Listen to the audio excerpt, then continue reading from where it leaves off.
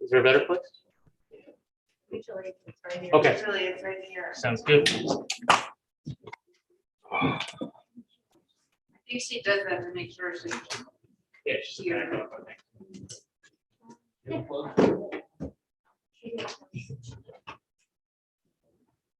Plug directly underneath of this.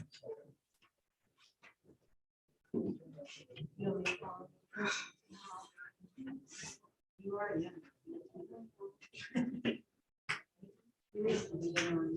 I feel it over the night.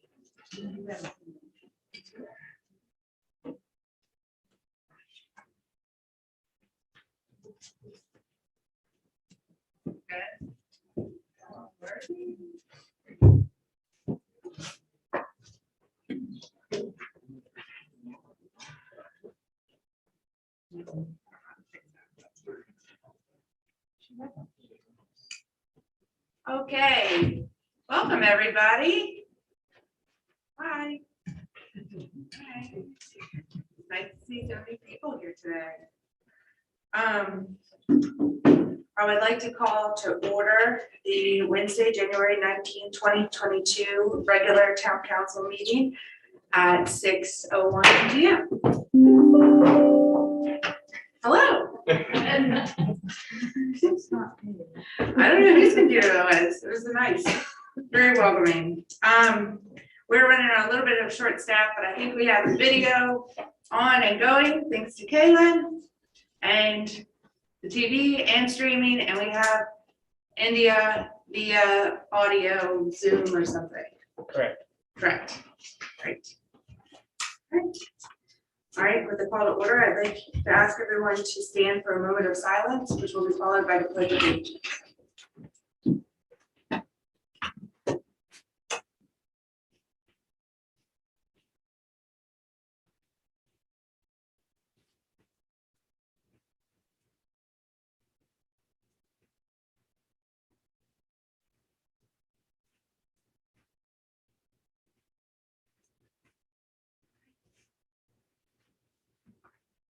Pledge allegiance to the flag of the United States of America and to the republic for which it stands, one nation, under God, indivisible, with liberty and justice for all.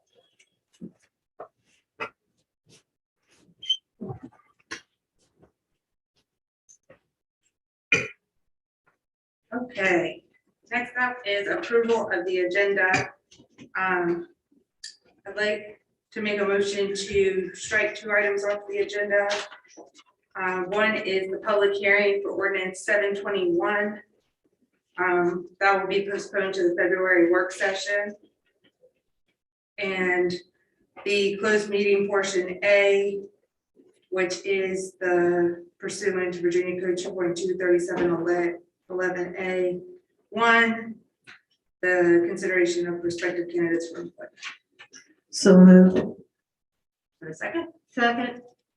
All right, all in favor of the amended agenda? Aye. Any opposed? All right, we are trying a new thing, which is called a consent agenda, for some of the kind of clerical things that we have regularly to do, so that we can spend more time on presentations and discussing new business, old business, and things like that. So this is our first time with the consent agenda.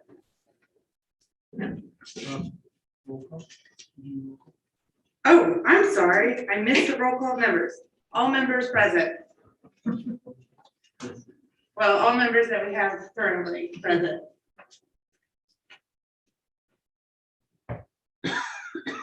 Okay, consent agenda, tab A. Do I have a motion for approval of the consent agenda? So moved. Do I have a second? Second. All in favor? Aye. Okay, any opposed? All right, look, it's moving on faster. That's it. Government being efficient, right? You can laugh. Okay. I like to have fun. Okay. We all, if we're gonna be here, we're gonna at least have fun while we're at it. All right, next up is council member announcements. We have some year of service awards, which I am very proud to present. Can I get Mr. Chris Rupke up here first, please? I think Felix is trying to get here. Oh, yes. Oh, I'm sorry, what? Resolution 3-22 and 4-22. Those are all in the consent agenda. Yeah, but you skipped to the council member. Yes, because we approved the consent agenda. That's the point of the consent agenda. Need any presentation of it? No, Okay. that was the efficiency part, right? We got enough presentations for you. Chris, please come up, please. I'm so excited. Very happy to present to you 10 years of service with us. Chris does everything from coordinating a lot of public works things. I see several of his coworkers in the audience with us today. He's a key member of our public works, and we just really appreciate the work that you do. And I personally know that you're there day or night, doesn't matter. And God bless you, you live in town even, so you're just right down the street. So he doesn't get out of much. Anyway, thank you so much. I really appreciate it. And Thank you, I appreciate it. yeah, thank you.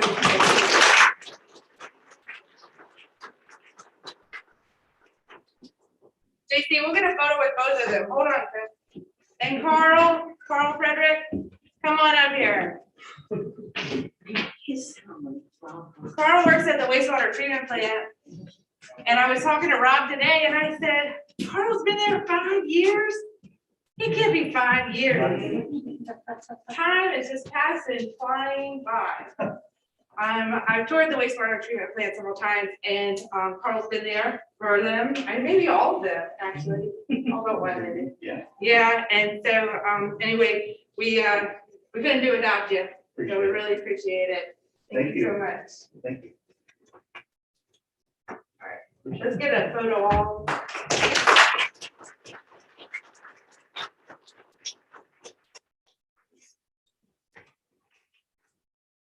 Look at you got a Facebook page. I know. Thank you so much. Thank you. Really appreciate it. Thanks to all our public works folks out there.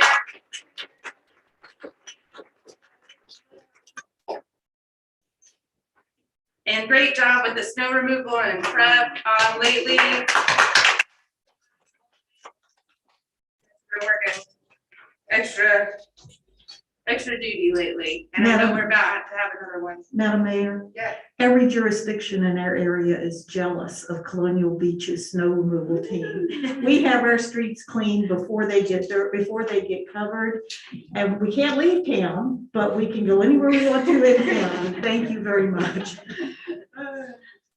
Who wants to leave town anyway? You stay here. All right, our town manager update.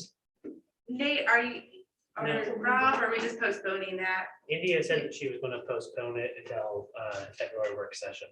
Okay, Are you gonna do council member announcements? yeah. Oh, I guess because the years of service was underneath of that. Tom, I'm trying to hurry this up some for you. Tom says it's past his bedtime sometimes. Like, you guys can smile out there, it's okay. Okay. All right, council member announcements. We'll start over here. Thank you. My first announcement comes from the Three Rivers Health District. There are many COVID-19 breakthrough infections and reinfections with Omicron. Vaccination remains effective in preventing serious disease and death. The majority of hospitalized people are unvaccinated. The next largest group are partially vaccinated or people who have not gotten a booster. Preventing serious COVID-19 disease is critically important to protect our highly stressed hospitals. Please get vaccinated against COVID-19 as soon as possible. If you are vaccinated and eligible for a booster dose, please get the booster dose as soon as possible. To that end, the Guadalupe Free Clinic is holding another walk-in COVID vaccination clinic this Saturday at the community center. We will start giving vaccines at 10 and we will go until 12. You do not need an appointment. You can get your first dose, your second dose, or your booster. So please come take advantage of this and come on out on Saturday. My next announcement is from the Parks and Rec Advisory Commission. They met last night, but they were unable to do any business because they were short a member. So they did not have a quorum. Though all of the business will be done in February, but they did want me to let you know that a group of citizens came, and I think they may be going to present to us tonight their request and suggestion for a park on the north side. That's it. Mr. Williams? Nothing major really to announce. I did want to give a shout out to Public Works like everybody else just did. Appreciate the roads getting cleared so thoroughly. I'm, as most of you know, I'm still, learning the whole liaison position thing, but I talked to Rob recently and I'm gonna start setting up regular meetings so I can keep the public a little bit more updated on what's going on. And I also wanted to say I'm excited, especially being Public Works liaison, about the Dewberry presentation tonight. I think that's going to be good because a lot of people in town are concerned about infrastructure, so that should help ease minds, I guess, or at least give us some information on what we're going to be doing in the future. Ms. Robertson? Just very briefly, Dr. Mitchell started his new job as superintendent of the schools, and they just have gotten back to school with all the weather that we've had too. So that's here. Well, as today marks the 215th birthday of Westmoreland County native R.E. Lee, it is perhaps appropriate to bring a forthcoming event to your attention. The Society of the Lees of Virginia will be holding our COVID-delayed 100th anniversary celebration at Stratford Hall during this coming May from the 12th through the 15th. That's a Wednesday through Sunday, second weekend in May. I have no idea how many members will be attending at this point, but suspect that the centennial of the society, plus an opportunity to enjoy the freedom of travel, will result in large attendance. There are several hundred members worldwide.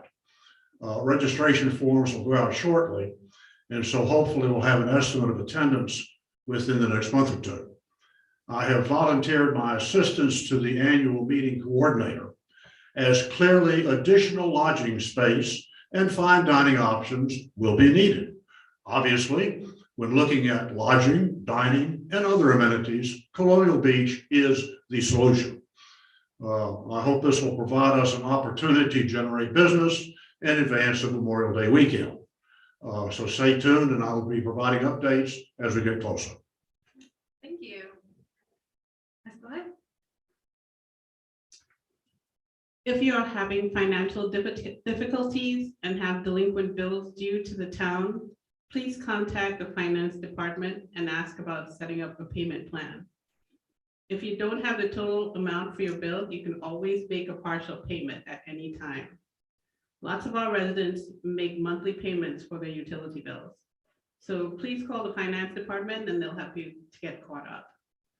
Also, on a lighter note, my friend, longtime Colonial Beach resident and artist Abby Hinson will be turning 102 next week on January 26th.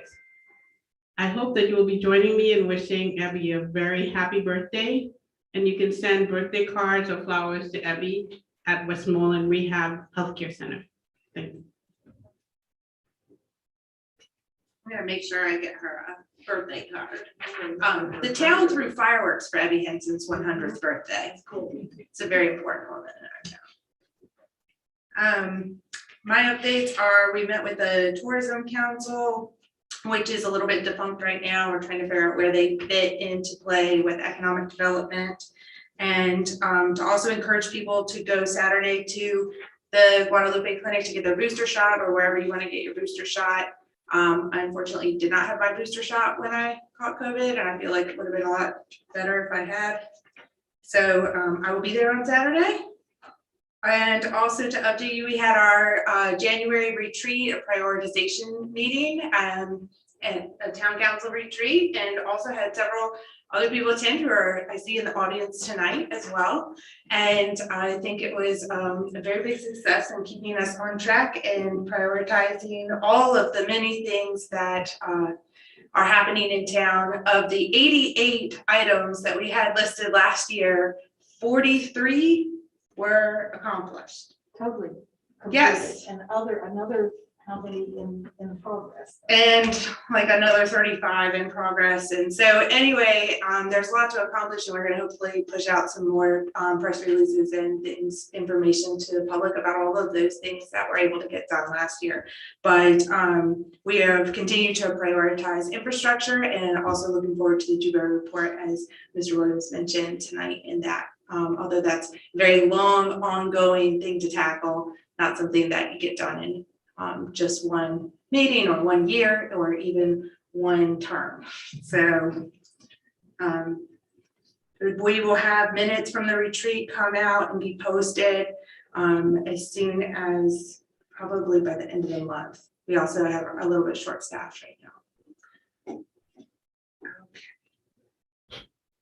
All right, we'll move forward to presentations. And next up is Dewberry.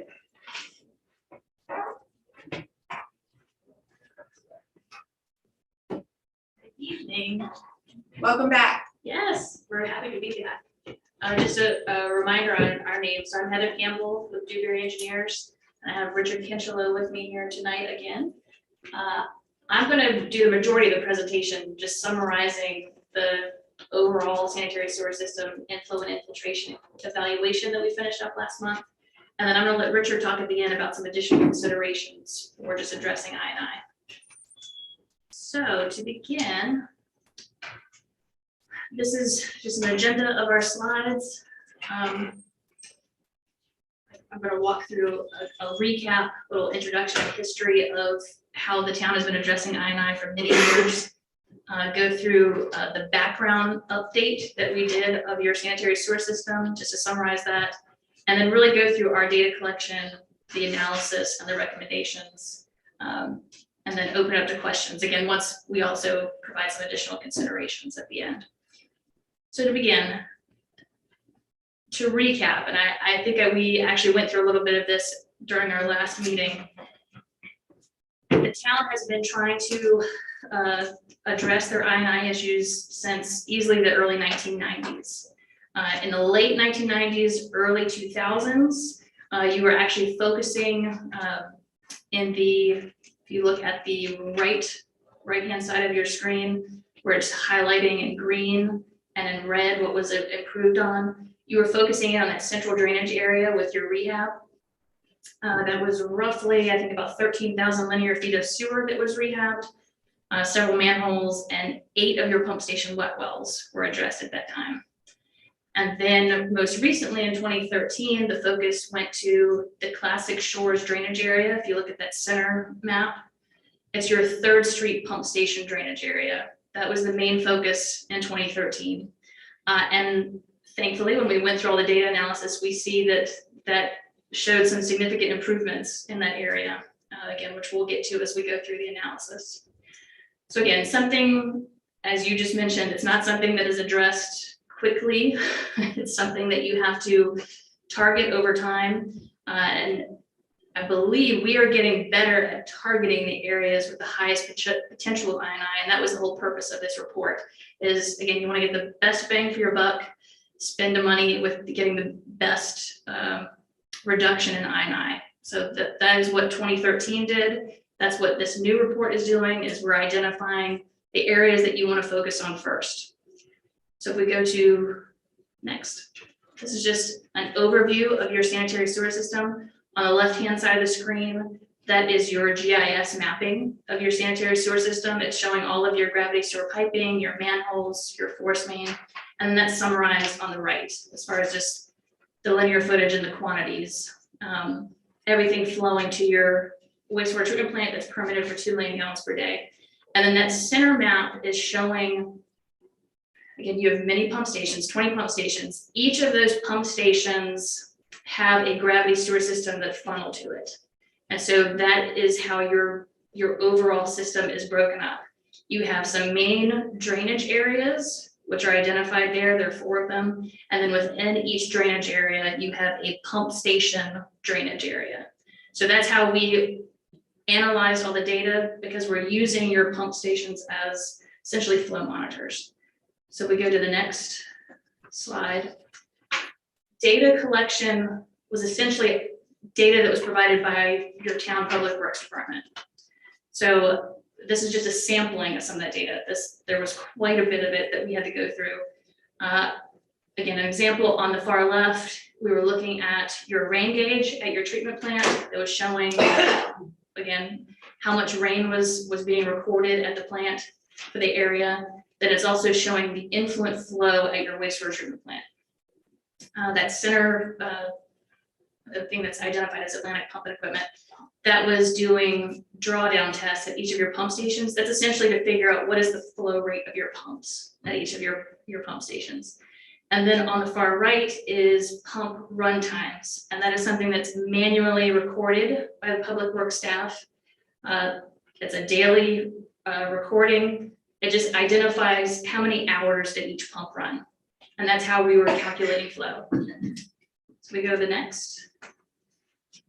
So this is a sample of just showing how we were collecting all that data and doing this, essentially this table for each of the pump stations, identifying how much each pump was pumping, comparing that to days that had rain, so that we were identifying what's your typical average dry day flow in a pump station, and how is that increasing when it rains.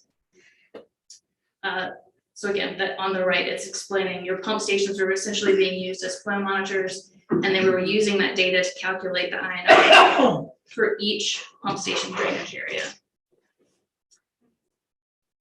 I will also mention the original scope for this was to look at 1 month, to look at the flow data of 1 month and compare, again, dry days versus a wet weather day. When we had our kickoff meeting with Rob and others, we decided it would actually be more beneficial to look at more months. So we actually even said it would be good to look at something that was off season versus summer months, where you have, again, more usage.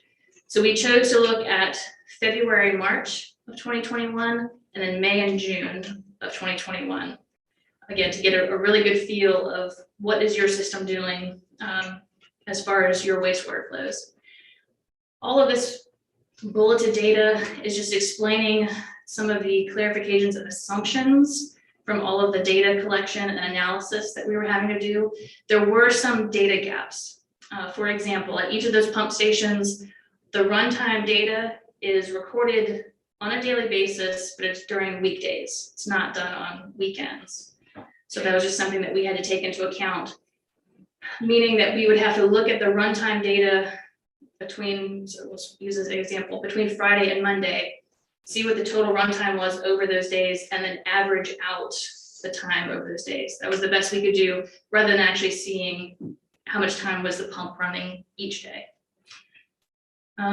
There were also examples of pumps that had no data, and that was just through some different conversations, again, with public works staff, of realizing that there were times when pumps were out of service. So there was no data for them.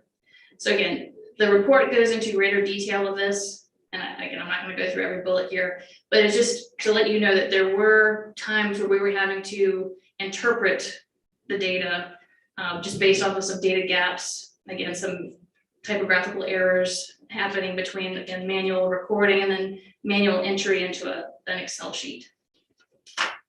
We can go on. This was something we just added in. It was part of our data collection process. This wasn't something provided by the town. It was more just something we were interested in looking at, that as we looked at how your flows were changing during what weather, we also thought we would just take a look at what the tidal elevations were in the area. So this was something, again, just included for information in the report. We looked at what the tidal elevations were. I think it was recorded at 3 different locations. Looks like Lucetta and Dahlgren. Actually, this looks like the average maximum. So two different sources of information. And then we were comparing it to rim elevations of your manholes. And there were, I think it's roughly 10 manholes where the rim elevation is very close to your max elevation of tide. So that, again, that was just something that we looked and wanted to consider, because we know your tidal influence is obviously influencing your groundwater levels, and it's just other things that are influencing infiltration into your system. Next. So this is an example of one of the graphs, again, that we did for every single one of the pump stations. Just to explain what you're looking at in these graphs, the gray areas are where there are data gaps. That's where there was no pump runtime at a pump station. The light blue, which is shown in bars, that is your precipitation, and your precipitation level is shown on the right axis, and that is in inches. So you did have, this is an example from your February-March timeline, February 1st being on the far left to all the way through March along the bottom of that graph. In February, you can see there are a lot of blue bars, and there's one that has there's a rain event that's over 4 inches. That was a pretty significant rain event. What you can see happen with the data, those line graphs are representing the flows of your pump stations. It's actually showing both pumps and then a total flow. And so for that early February, again, that really large rain event that's over 4 inches, and then even the second day you had, looks almost like over 3 inches of rain. That was happening on a weekend. So you can see the flow line is just flat. I'm pretty sure that likely spiked. Like you had that rain event, your pumps probably spiked, but because we did not have the daily data, it's averaged, and so it buffers that out. So for that reason, we had to pick a rain event for each of our 2 analyses periods, where it was going to be in the middle of the week, where we actually had the flow data to see how it was reacting. The other thing with the February-March data, as we went through all the different, again, data clarifications and interpretation, there were several pumps that were out of service in February. You can see here, the orange period is what should be a dry period because there was no rain. And that's how we were picking our base flow, just to try to figure out what an average day flow was in dry weather. Something's happening here where we're seeing spikes. We don't know what's happening with the pumps there. So we also realized, because there was so much flow, there's so much rain in February, your system was actually still being impacted by the rain in March. So the February and March data, we actually did not use as a part of the INI analysis because it was not a good representation of dry day versus wet day. Yeah, that's laid out in greater detail in the report, but I did want to touch on that. If you go to the next one, this is the same pump station, but it's in May, June. And this was a better representation of when you had your dry period shown in orange. That is representative of your average dry day flow during that period versus your wet day highlighted in that darker blue. That's where you're having a major rain event, again, starting at just over like 2.5 inches, and the next day it's over 4. So that was the representation of, here's a wet weather event, and this was the day that we chose for every pump station, and we used the May, June data for this INI analysis for every pump station. That orange period is your dry period, that's your average day flow. Then that dark blue is your wet day that was used to calculate INI. Next. So this is just showing the graphs of the 5 areas that we identified as your highest potential for the highest INI. And you can see this in much greater detail in the report. You go next. And then this is the table that essentially is giving you your identification of those 5 areas. This is where we show the average dry day flow for every pump station. We show the wet day flow. We calculate the inflow and infiltration, which is the difference between those two. Then we have to come up with a comparison factor between all of your pump station areas. And that is mainly because some areas have very little amount of pipe versus other areas that have a greater amount. And so you have to come up with a weighted factor of being able to compare, again, apples to apples. And so the highest comparison factor means that those are your target areas of the highest INI. Pump station 8 was the highest number that's shown in that 15,650. Then your next to are pump station 9, pump station 10. Interestingly enough, all of those are all in the central drainage area going to the Boundary Street pump station. So those are really the 3 top ones. And because they were very small in the amount of linear footage of sewer, we went ahead and identified the next 2 areas to also focus on, just to give you a larger amount of pipe to actually replace. Because you can see in pump station 9 and pump station 10, you have your total pipe length in those areas is like 551 feet in one and 650 in the other.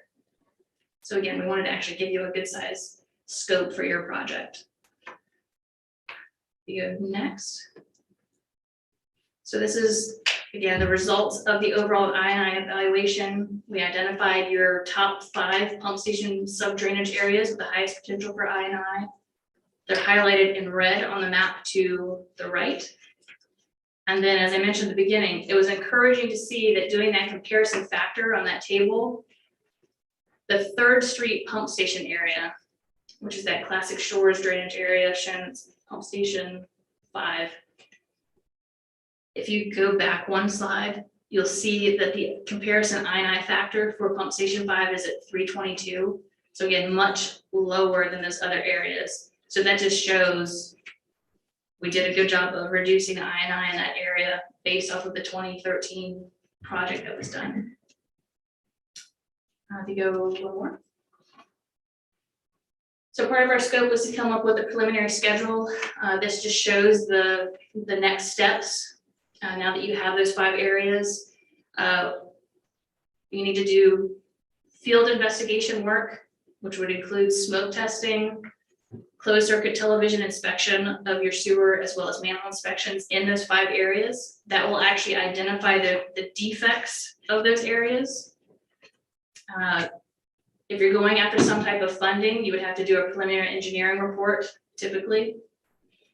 And then following that, you would do your preparation of the contract documents, advertise, go to construction. So these are just showing durations, time durations of each of those steps.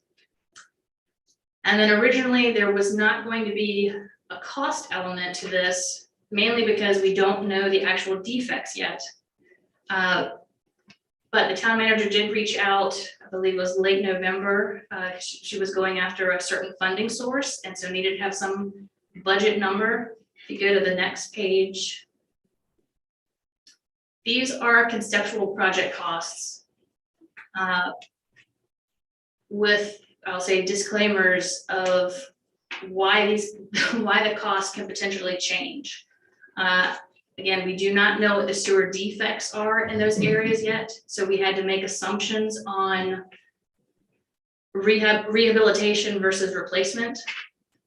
The quantities are based off of GIS mapping, which is not always accurate. So that would have to be field verified by survey. So those quantities could be less, they could be more. And then, as everyone knows, there's high volatility in the construction market right now due to COVID. Prices are extremely elevated. They're also fluctuating, and that's just due to supply chain issues and labor shortages. So again, that's why I'll call this a conceptual project cost. There is a high contingency thrown in there right now of 35%. But this was something that could be used again to go after, I think it was some state funding. So that's a summary of the report. And again, we did want to mention some additional considerations, which is the next. We're opening up the comments. This is just additional considerations related to addressing I&I as you continue to identify your defects and go after rehabilitation and replacement.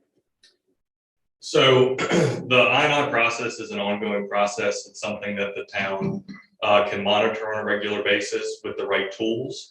So for continued monitoring, and we actually met Rob and Chris today at the old wastewater treatment plant site and talked about a few of these. On the gravity side, you can install temporary flow meters, doing a flow study. That'll give you real-time data without being buffered out at pump stations or any flow equalization that you may currently have. This would be to further identify areas of study, but it's also good information to have operationally because you can target specific areas, you can observe specific areas and get a better understanding of what those actual root causes are. For installation of flow meters at pump stations, this would be relatively easy compared to doing the flow monitoring stations. And then also coupling that with rain gauges. So I think the closest rain gauge that I could find with historical data to Colonial Beach outside of what the town provided was like maybe Reagan Airport. So it's not very close, which doesn't really tell you a lot. To supplement the town's efforts. And again, most all of the data collection at this point is completely manual. So instead of plowing the roads, they could be reading rain gauges or flow meters. I think we'd rather have them plowing the roads. So you can automate those systems. In a way that you kind of compile the data is through a system-wide SCADA system. SCADA is an acronym, stands for Supervisory Control and Data Acquisition. It basically is a hub to receive the data, and then staff could watch it, remotely. You can actually make real-time changes to your operations depending on levels that you may be interested in. There's all sorts of varieties, all sorts of costs available. But these tools really, I think, provide and supplement the good data that we already have, but fill in some of the gaps to make better data-driven decisions. And then another sort of on the shorter term is flow equalization. So we had talked about this with the previous study. When we did that analysis, we developed a hydraulic model. What we could do is leverage that model using updated data plus some of these continued monitoring options to improve the model overall. And in talking with Rob and Chris today, it sounds like the pump stations aren't really the problem. It's more of a treatment plant issue. So we could actually utilize some existing storage, potentially slow down the flow rate going to the plant to help prevent future overflows. Maybe a combination of new pump controls, potentially some additional storage. So that would be another parallel track to the work that's already going on that Heather's working on, would be to look into some options like that in the future. And with that, I think we'll open it up to questions. Hey, Councilmember, sir, sure, Mr. Williams. Yeah, just a couple things. I just want to make sure I, fully understand the inflow and infiltration. Is if you have, say, a non-rain day versus a rain day, once this problem is resolved, will those 2 days be relatively equal with the amount of water going to the sewage treatment plant? Yes, as you start to repair things, and that's kind of what we're seeing with pump station, the 3rd Street pump station area, is that as you identify the defects, which we did again prior to the 2013 project, and then you do the replacement and or rehabilitation of that, it reduces your I&I. So yes, your average dry day flow is what you would continue to see even during a wet weather event. Okay, and also, could you maybe explain just a couple of the big items on here, like, for example, bypass pumping? That's seems to be almost $1 million, that seems to be one of the biggest estimates. And like maybe asphalt repair, a couple that stood out to me, is what would asphalt repair be, for example? Just repairing roads? Go back to the cost.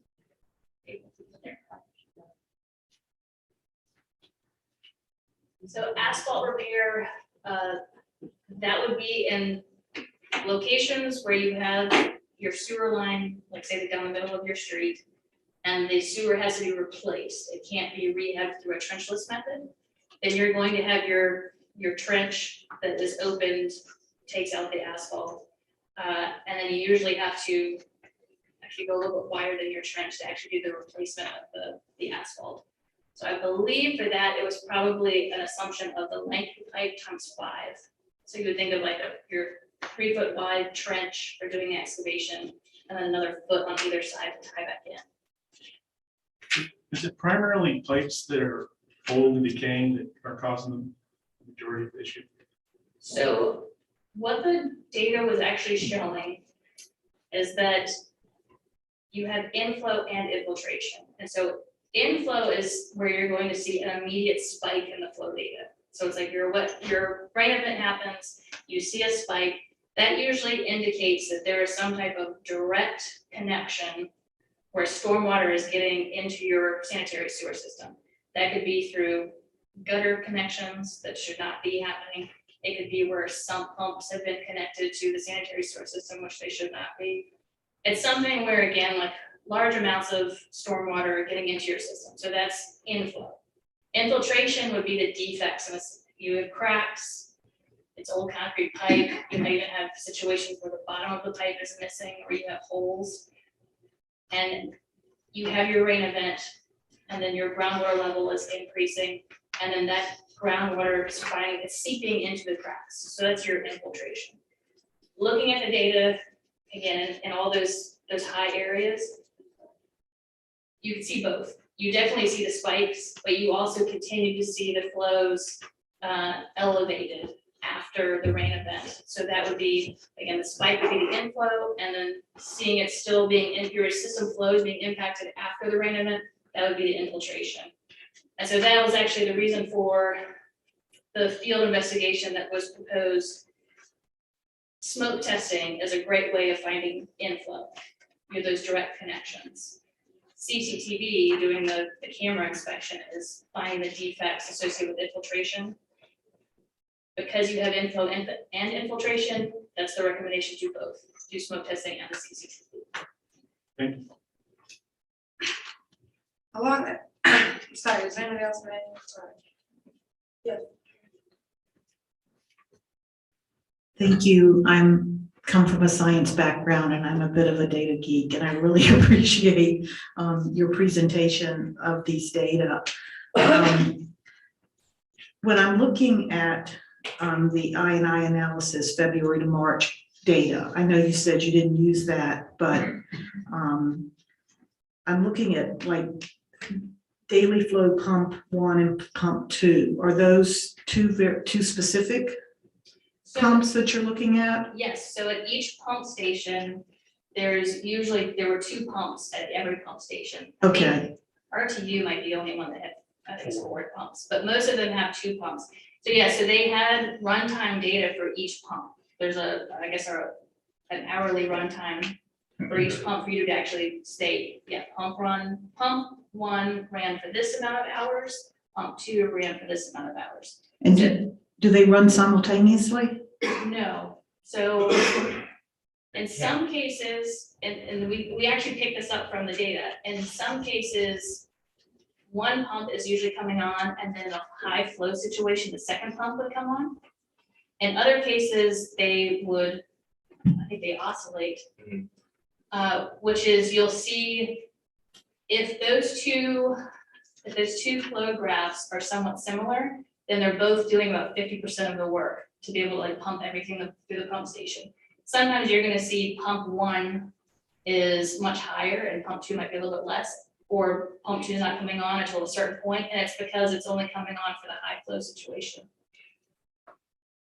So when I'm looking at this graph in particular, it looks like the total daily flow is correlated to the daily flow from pump one. Yes, so And the daily flow from pump two is a little bit more erratic. Is that which, What slide are you yeah, on? which one are we looking at? I&I analysis, February to March? It's number 9. Yes, so, You're looking at the crazy data. Yeah, I know that, but that's okay. Just wanna make sure we all heard that part of the presentation. It's not crazy data. It's I know. data that's unexplained. Right, so yeah, so pump one in that case is doing more work than pump two.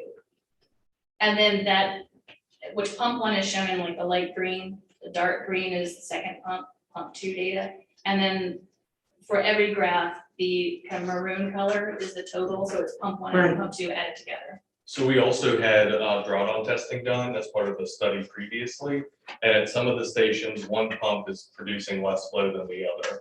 I don't know about this station in particular, but that could also be the case. Or if they run the same amount of time, one pump is pumping more than the other, which is common when you have wear and tear of one pump. Depending on how it was constructed, you could have vortexing or cavitation where the impeller becomes damaged. And then that pump would produce less flow than essentially a twin pump that isn't as damaged or is in better condition. So it could actually, these data could actually be used to red flag a pump, Correct. right? Yes, so for example, I mean, that February, March data, when we looked at that, and it's at the dry period, which is shown in orange, like what is happening with pump two there? You have all of a sudden this spike, it's this weird, like what is, we don't understand what that pump is reacting to because you haven't had rain. So, Well, and that was my other question. somebody was washing their car.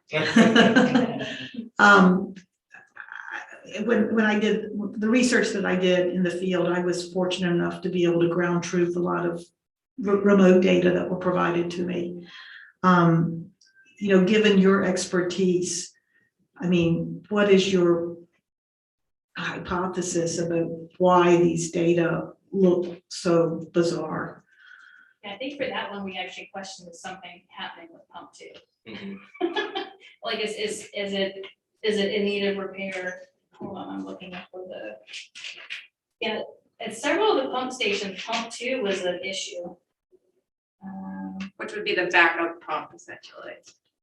Well, not necessarily, you just number them, right? That, not necessarily. For this pump design, when it's a duplex system, meaning 2 pumps, the firm capacity per the DEQ definition is 1 pump running, because you have 1 pump out of service and reserve. So theoretically, you should only have 1 pump coming on at any time, and then they alternate so that ideally it's a 50-50 split. They're both getting used the same amount of time, they're pumping the same flow, and then they will wear down at the same rate. But if folks are flushing flushable wipes, which are not flushable, that can cause damage and other things that get flushed that shouldn't, and it may affect 1 pump more than another, just at random. The other thing with the February, March data, there was so much rain that month, it never looked like the system settled back out. So looking at this across the board, and because there's both inflow and infiltration, the infiltration kind of kept that average up higher. I think on one dry day or one section where there wasn't rain, you see it kind of come down, but everything else is much, much higher. You would expect, I think, pump station, maybe Boundary, and on the slide with 5 graphs shown, I think it was Boundary and 12th Street. Those are some of the bigger stations. It's a nice, very flat line, generally speaking, and then you see spikes.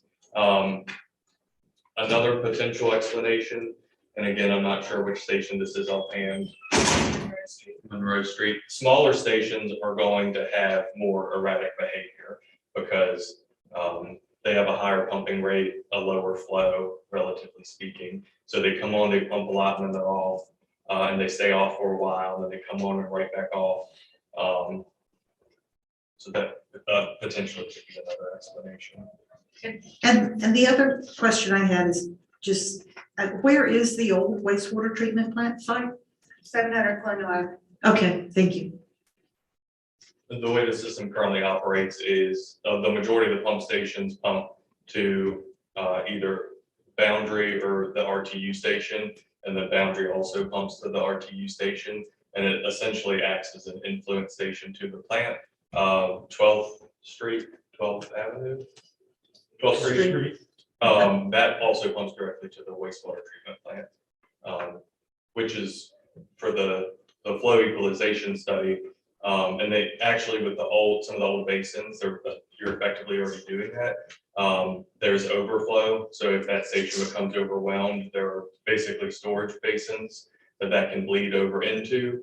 So we were actually brainstorming today on some potential control changes you could make, utilize all of that storage, hopefully make some of the overflows less severe in the short term, but maybe expanding the capability, adding some of the remote flow monitoring, and changing out some of the motor control as well, to be able to taper the pump operation so you're not overwhelming the treatment plant in a short amount of time. Thank you. Okay, if I've tracked this and understand it, anything out of this, it's that pump station 8, 9, and 10 are very small areas and are turning on almost immediately at the rate of it. They're having a very high spike at that point. So those are good smoke test areas. They're all good smoke test areas. They are, because every single one of the stations, you were seeing an immediate reaction to the rate. So that would be evidence of inflow, which is when you want to do smoke testing. But every pump station was also showing the impact of, Long term. yes, long Yeah, term. like the groundwater being flowing impacted. into it. Yes, so infiltration, which is when you want to do the CCTV. Okay. Those are just such tiny areas to be able to fix. Right? Trying to look for the positive here, guys. Should Come be. on, Yeah. $5.5, That's $8 why million. Yeah, no, that was why we expanded the areas, because the numbers that jump out, when you look at those comparison factors, it was the one over 15,000, the one over 10,000, the 8,000. Those are the ones that rose to the top. When you're comparing to the others, it's those three. And they're all tiny areas. Mhm. Right, which was why we're like, that's really small, let's start also adding in some other areas, because let's try to get as much done as possible. When you're advertising for a contractor, let's try to make it a decent sized project and not just make it, going after 550 or 650 linear feet of pipe. Okay, well, I think, $6 million is a decent sized contract, but, It is, which It's a that small includes, town. again, that's 5 areas. Yeah. okay. 12th Street's a big area. Yes, I see that. The pump station 19 and pump station 7 are pretty large areas, but the 8, 9, and 10, they're tiny. They're like 3 blocks. I'm sorry, they're tiny areas, but how much paved asphalt is it there, and how could sheet water run off? Could that be getting into the system, like from parking lots and stuff? Sheet water running into the manhole? I don't know how it could get in the system, that's my How can it question. get in the system? Rob's nodding his head, he may know. It could be sheet flow getting into manholes, it could be a combination of things. Yeah, We all- do have a we all- manhole. We all know it can be sump pumps, we all know that it can be going directly in. It could be a clean out in the yard that the cap is mysteriously gone. It could be under a crawl space, there could be a clean out under there that is mysteriously gone. And you have water going underneath the crawl space, and where does it go? Into that hole, which goes into your sewer. That, amongst other things. Okay, so we would smoke disturbing test, manholes. and then we would mitigate whatever happened out of the smoke testing, and then we would reanalyze those stations to see how much of an impact did that make before we would start tearing up the road and replacing pipe. Right?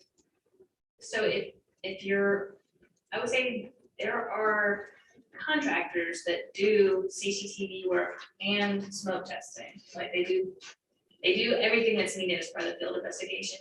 If you're going to bring them out to the smoke testing, I would say also bring them out to the CCTV at the same time. All right, good.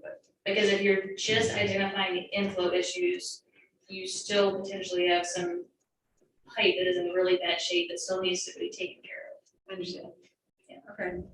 I think construction in a year is really positive, but probably would take longer than that. And again, those are durations, so that's not. Oh, saying- so each one, so you're talking a total time frame for this would be, Yeah, add those. yeah, got it. It's gonna come down to how do you think, like, what is the funding source for it? So we're like 3 or 4 years off from going to construction. Unless there are, again, if there are ways of expediting that, depending upon which funding source you use.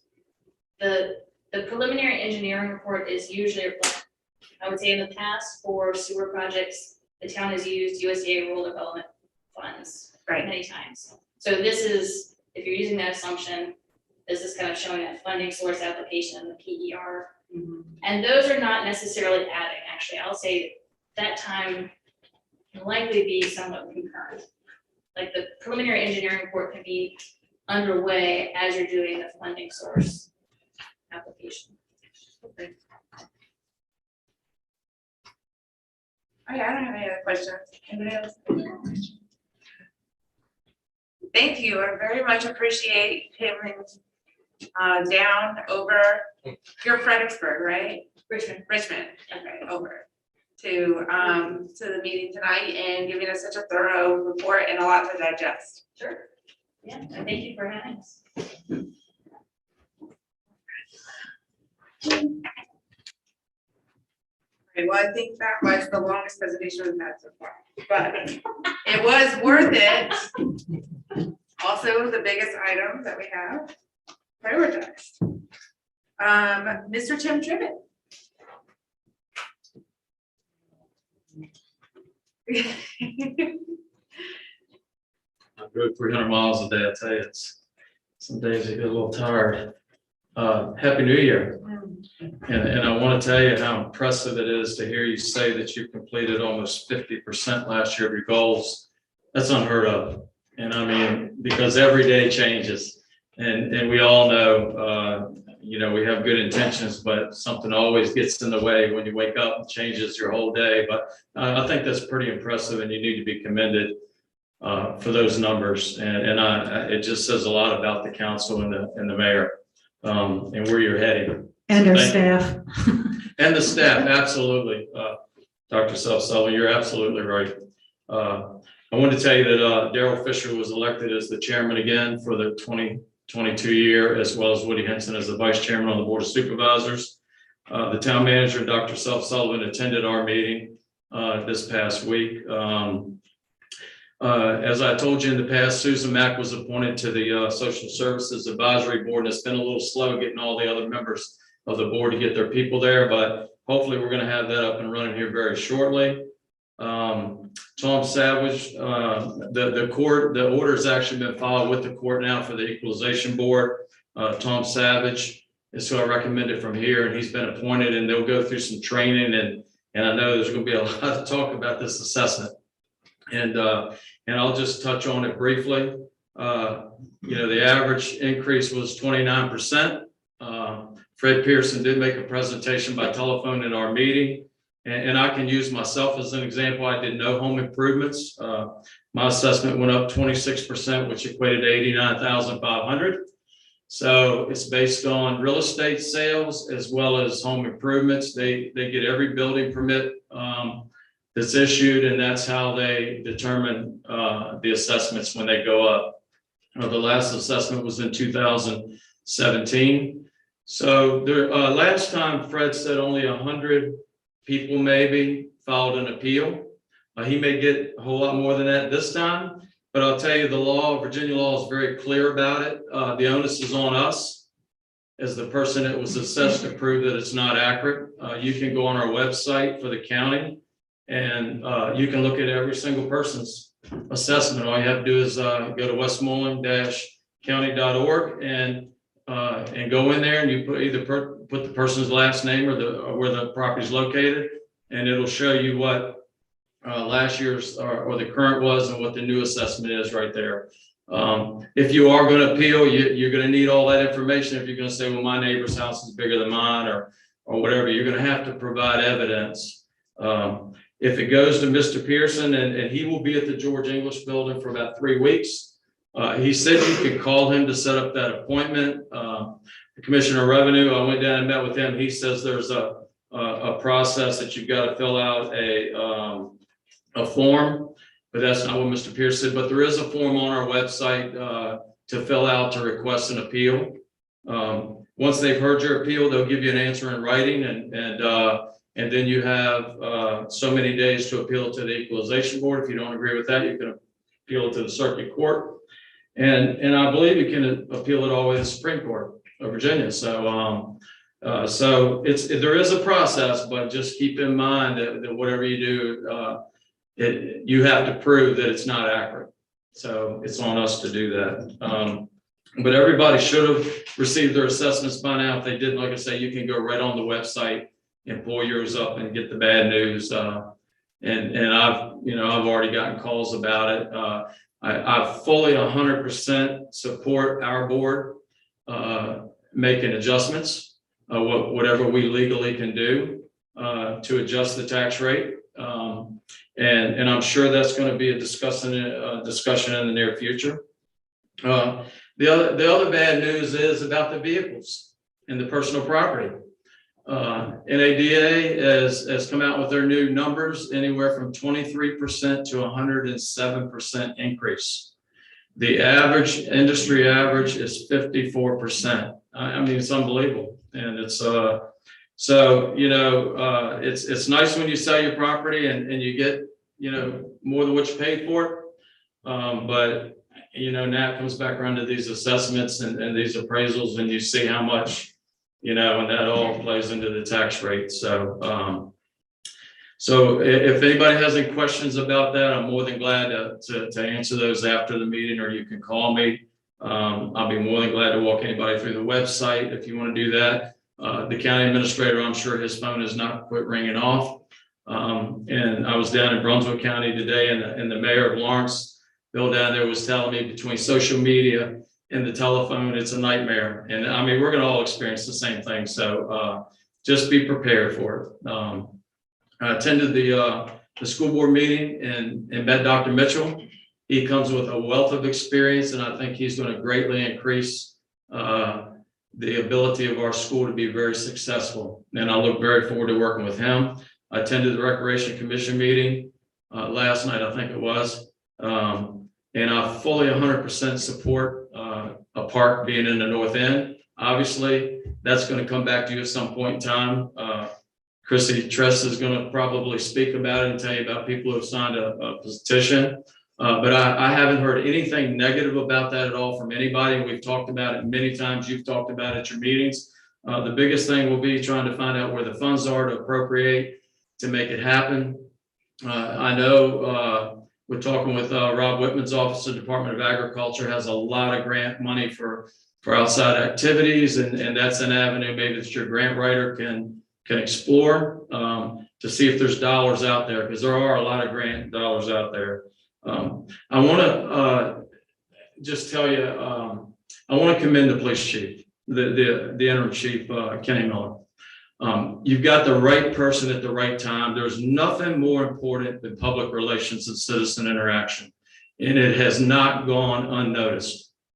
And that's extremely important. And none of you may not be on the panel when you select a new police chief, but I'll tell you, when you're in a small town, there is nothing more important. And I've got over 30 years in law enforcement, so I know, I've even taught it.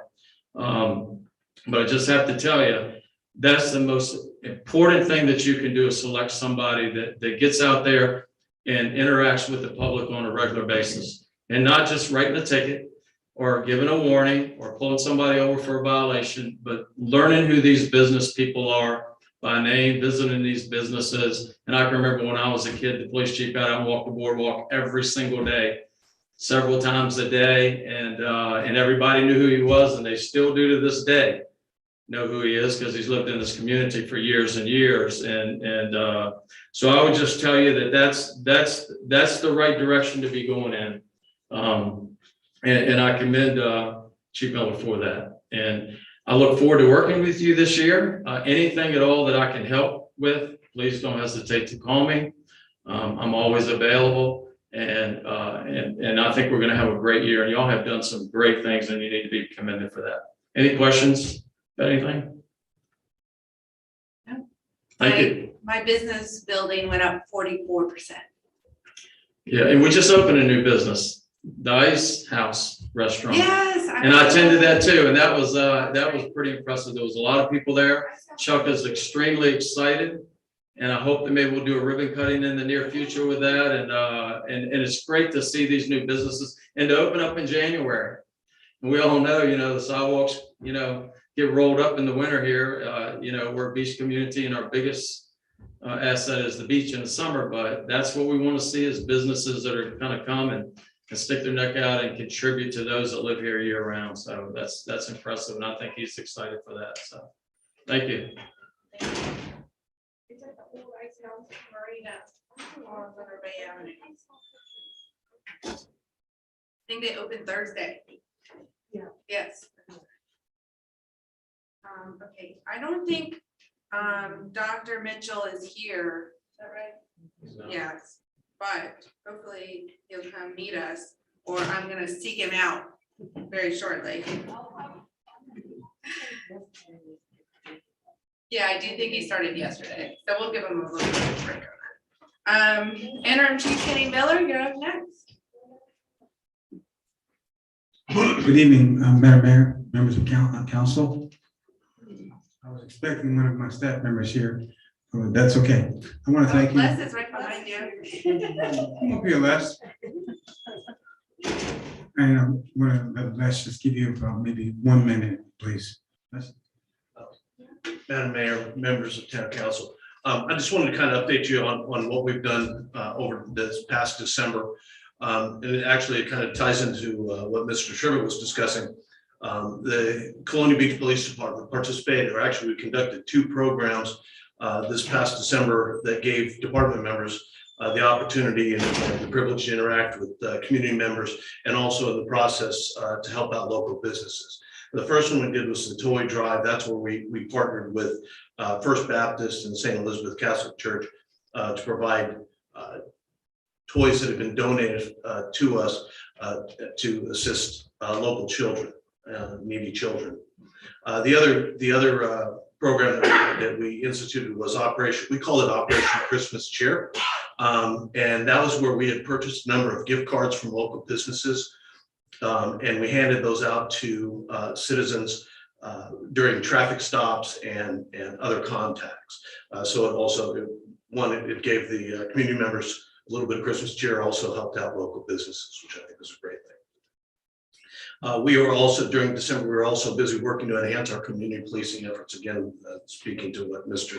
Trivett just spoke about. One is that we are in the process of developing an Explorer Post, which is a program for children 14 to 21 years of age to learn about police work and maybe see it as a future career for them, but to give them some opportunities for us to interact with them.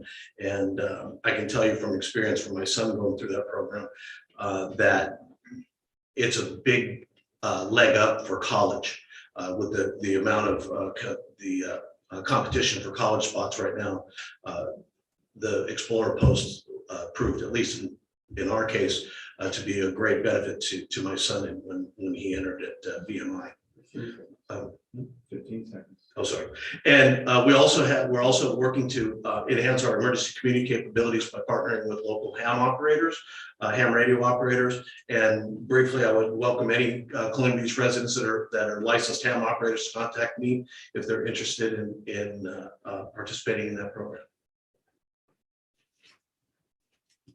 Madam Mayor, members of council, you have our report. There's no questions. That will be the conclusion of our report tonight.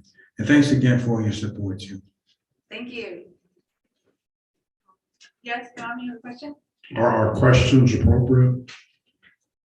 Yes, sir. My counterpart in King George one time made the observation that when they opened up the Walmart in King George County, that the criminal docket General District Court about doubled with miscreants from Maryland. I noticed in these last couple of incidents that we are dealing with criminals from across the river. How much is that a trend? Is that something we should be concerned about? Particularly in the cases that you're talking about, we should be, relieved that one of the matters is concluded, the firearm is taken off the street, and that person is in custody. The second matter is still under investigation. I don't know about the word trend, sir, but I'm always concerned about unusual behavior in our town. And I think we're doing some training now to kind of combat that, if you will. And I'm really relieved that our staff, as I did in my email, was able to mitigate those challenges without incident. So we're working on that. The force mechanism, particularly to ensure that we don't cause the town any more. I guess I'm trying to think of a good word for it. Any more challenges that they might run into. So I think we've got it. We're starting to get better and move in the right direction. So we're not there yet, but we're certainly not where we were. Thank you. Thank you, sir. Any other questions? Okay. All right, next up is citizen input, and we have a signing sheet.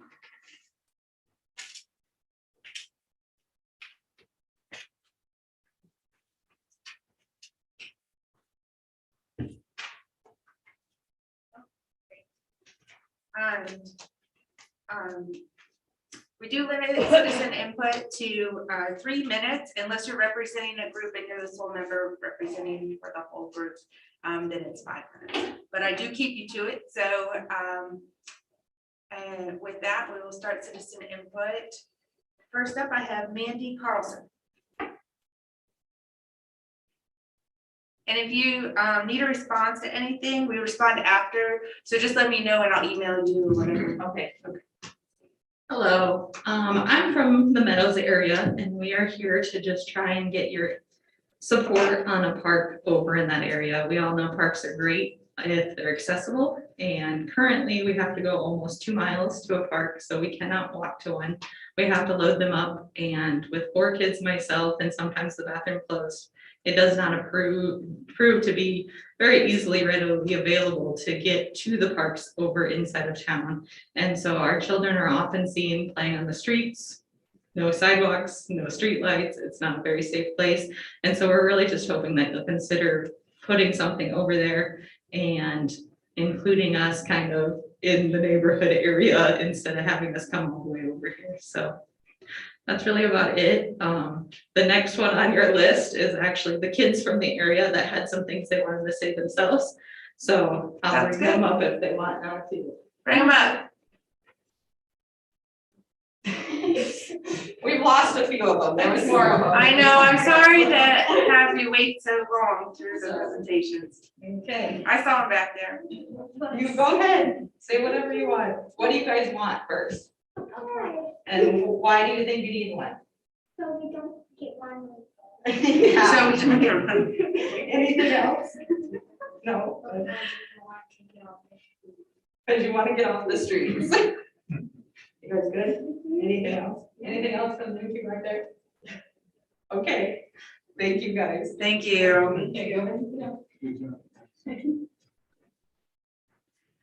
Okay, then Christina Trust.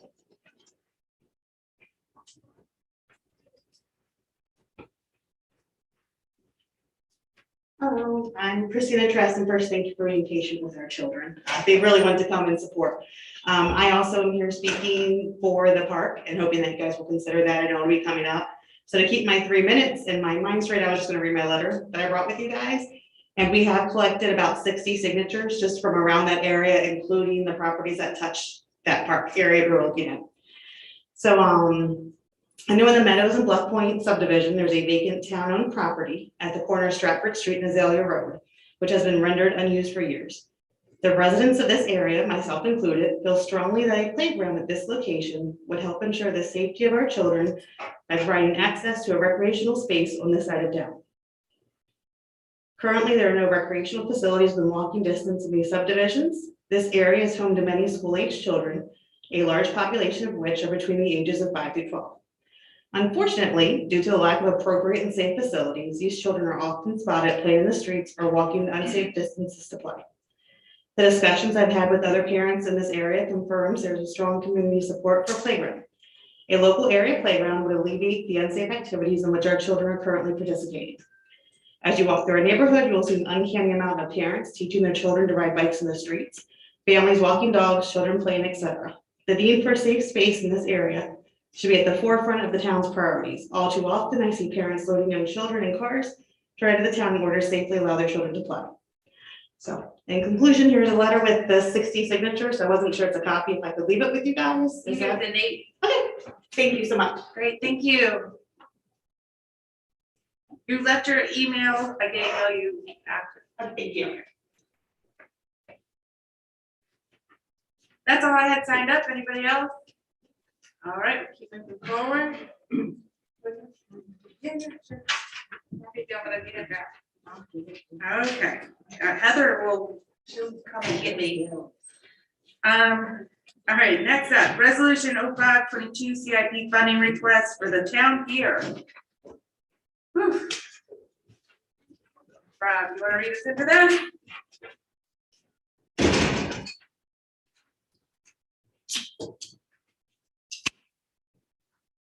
I don't think I need to read it. No, you can just go over, I think briefly. I give you a brief Yeah. on it, that everyone knows that the town here is pretty much a requirement for us to be open during our business season. We have a lot of people that attend the town pier, and they had significant damage during the high tides several weeks ago. Preliminary estimates without taking it out to bid of 88,000 plus. Your number there is that 100,000 is a contingent number, depending upon what the final bids come in at. We would hopefully be able to proceed post haste. We need, in order to get it done in a reasonable time frame, let's say May 1st. We need to move very quickly to get someone in here. I'm hoping that we can do, solicit 3 bids, and that's, we're able to move along in that fashion with that amount of money, so that we can get moving. There's probably a solid month's work there, so we'll get through the year. That is for replacement of your decking materials. The estimate is all the way back beyond the lake. Everything that was torn up from there out beyond the T and the whole T. Also, the lower section, which takes some substructure. We would have to get that permitted if that is requiring us to go into the substructure, but all the decking we do not require the permit. So we can actually get started immediately once the procurement's. So just to give some context to the public, this item was identified as your pants are on fire at the retreat. Your pants are on fire, you have a beach town, you have a municipal pier, and your pants are on fire, right? That's the level of item that came out of that discussion. Consensus on that? So, we're gonna fix it, get it fixed. You looking for a vote on this resolution tonight? Yes, right? Yes. That's the whole point, right? Okay. All right. Do I have a motion to approve resolution 0522, which is amendment appropriation to direct the town manager to enter into contract to repair the town pier? Second, All in favor? discussion. Oh, yeah, sorry, probably. discussion. Yes, I just thought we had discussed it a lot last week. Yeah. Any more discussion on this? Well, one thing I wanted to clarify, because a lot of people weren't at the work session or the Friday's meeting. The $100,000 estimated, but where is that coming from? I thought we discussed it was coming from the Castlewood Dockside, whatever those funds are called. Where are they coming from? Broke my face mask. There was some discussion at the retreat to have the money come out of the reserve fund. But that requires a 2/3 vote, and we just thought it would be safer because of the pants on fire. We need to get this done right away, that we have money sitting in the capital improvements fund that we can allocate out and get this project started. Okay, thank you. And also, Rob, one of the concerns I had, just for the public's, reference, was we were putting a Band-Aid on, something that, because at some point, we're gonna need to replace the pier posts, and I guess once we do that, we're gonna have to basically tear all this off and start over again. But what was your estimate on how long this would last us? 5 years, was it, or? Yeah, it was 5 years, and your elevation, it's hard to predict as far as with a storm too. Right. Depending upon when you get a storm, a lot of times it's going to pop your decking back off. So, But you also said that it could be up to $1 million to replace the pier. yes, Okay. And so this should buy us at least 5 years. minus 5 years. Hopefully we don't have Depending when we don't get a hurricane in the next 5 years. Could be It has 1 a year. significant northeast. Okay, I guess those are the only comments I had. Madam Mayor? Yeah.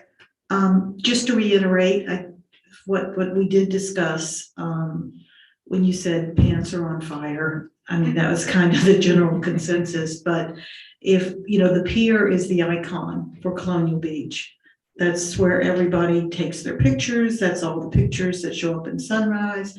When people come to Colonial Beach, they expect to be able to walk down the municipal pier to the end to see what's going on.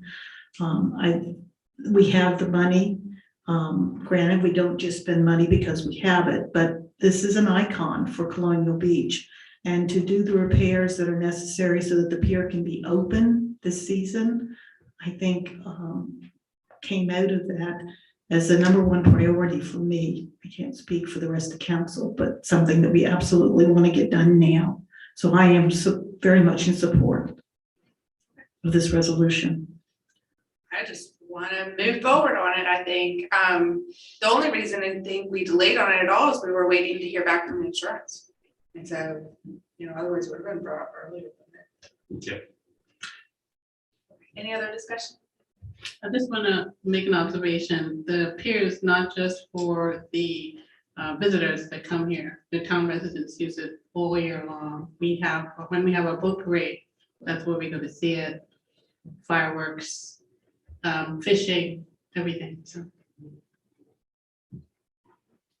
Agreed. I think it's a locals icon just as much as a tourist destination. All right, any other? Okay, all in favor? Any opposed? All right. Put the fire out, Rob. Thank you. Okay, resolution 0622, adoption of the 2022 bylaws and rules of procedure. See. You want to do a motion in a second and then we'll do discussion? You have a motion? Have a second? Second. All right, now. Did you all see the email I sent today, just adding those 2 sentences to the bylaws? Yes. Okay, so You want to read? Yeah. Yep. So just, another thing that came out of our retreat was, just further clarification on what the liaison, role is as a council member. This is a little unique, not every municipality does this. Part of the reason that I think it works really well here is it gives town council members buy-in to actions at departments and communication from the department to council in a more comprehensive way. So I am suggesting to add 2 sentences to that, and I'll just read the little paragraph in entirety with the 2 sentences. The liaison shall serve in a role similar to that of a committee chair. The liaison shall be responsible for ensuring that matters related to the designated area of the liaison are thoroughly researched so as to then provide the town council with comprehensive overview. The liaison operates under the council manager form of government and holds no individual authority. The liaison serves as a conduit for community engagement between the public and the assigned department or committee to improve communication and service. Oh, I think it said, oh, I changed 2 words at the end before I printed this. Anyway, something to do. In service to citizens. I think it's citizen service is how it actually read it. Okay. Madam Mayor, if just for the record, that is the 4th paragraph of section 2-1 of your proposed bylaws. Page 3.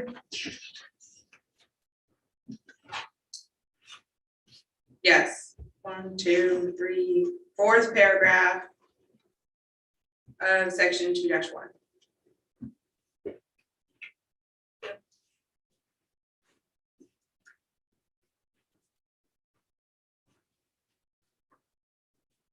Can I get a motion to amend the prior motion and add the language to the bylaws?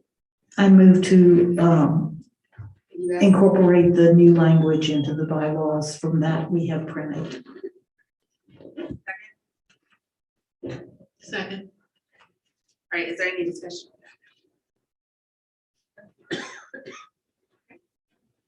All in favor of approving the bylaws as amended? No, of approving the amendment. Oh, approving the amendment first. Okay. Is there any more discussion on it? No. Okay, so just approving the amendment. You want me to do a roll call vote?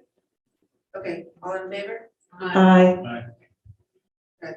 Tommy said aye. I know you. All right, now discussion on the bylaws. Is there any further discussion on the bylaws? Yes. I just have one thing. Last meeting, work session, we discussed the section 5-1 preparation, and then this letter B. And in this, I guess this change was based on that conversation, the questions that I brought up. The one thing I would ask is, or make a motion that we add language at the end, since we took out no such item shall be removed without consent of requesting council members. And basically what this does is it puts, basically the authority for the town manager and the mayor to make the decision. So I thought it would be fair at least to add something at the end that states that that the council member will get a written answer or reply as to why it was not put in the agenda.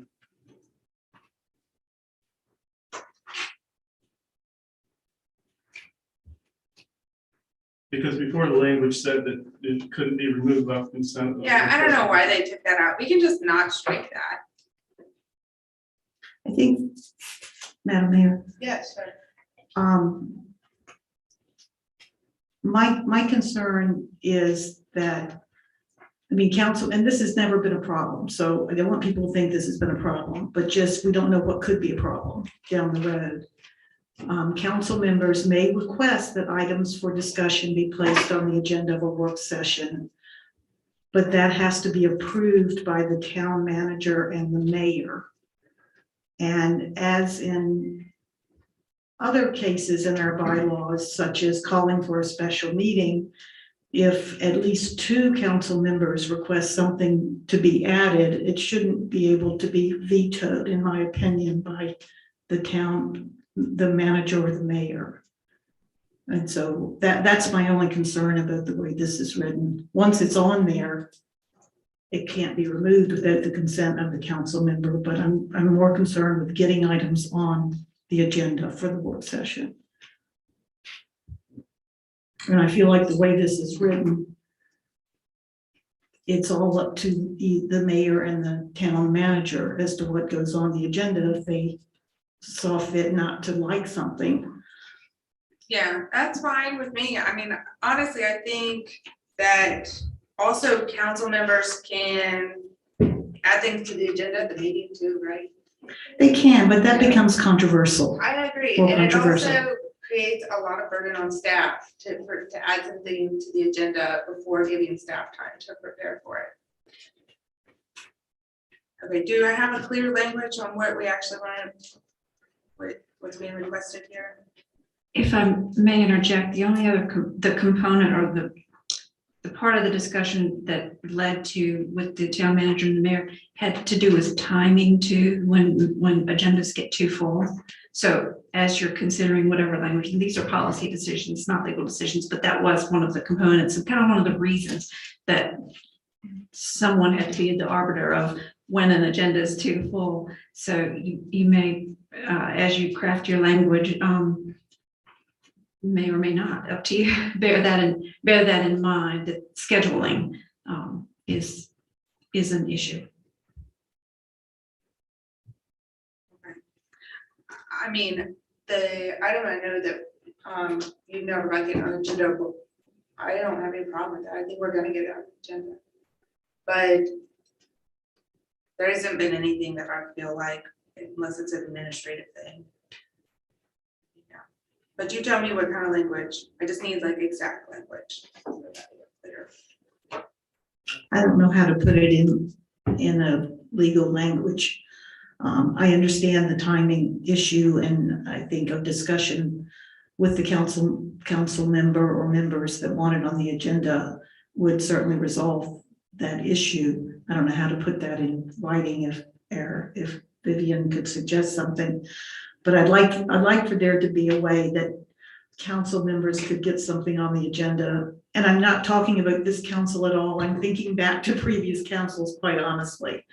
And how if a town manager and a mayor had the authority to keep something from coming on the agenda, I don't like that.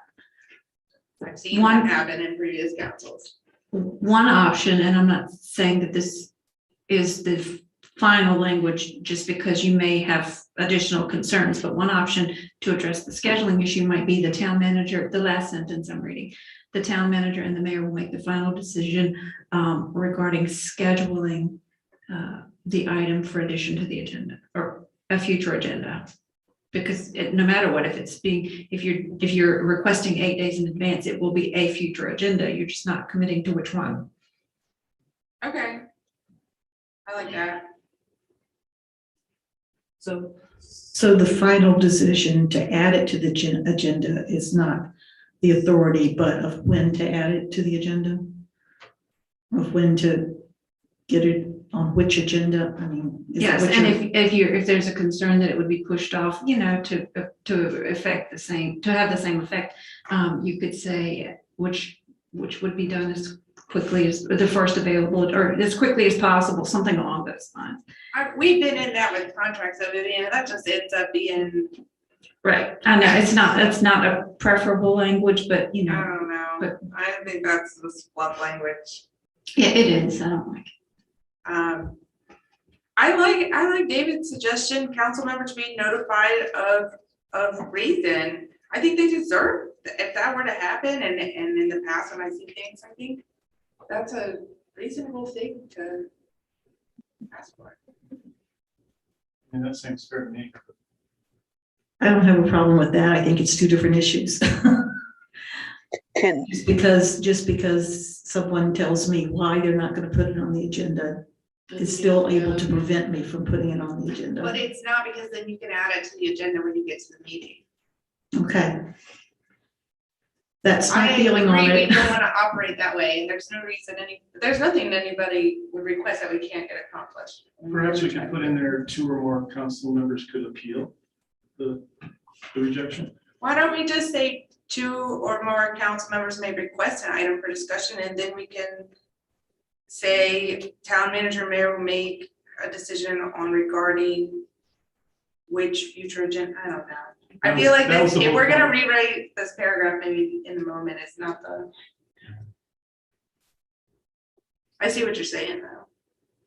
Because if 2 council members brought it up, then it would just be a matter of making sure staff time had enough time to prepare to talk about. The 2 council members was the reason why we changed this to begin with, because I was asking. I asked in the meeting, does that mean it's 2 or more council members? And they said no. And Karen said she's requested stuff several times with just by herself. So I don't want to change that part myself. I like to keep it as the council member can request. I just, Karen, I guess it's your piece that we're. Madam Mayor, if you wanted additional time to reflect on this, I will tell you that in reviewing your electronic meeting participation section, I would recommend that be a bit more robust. I think you're compliant with the state statute, but most policies that I see are much more robust than that.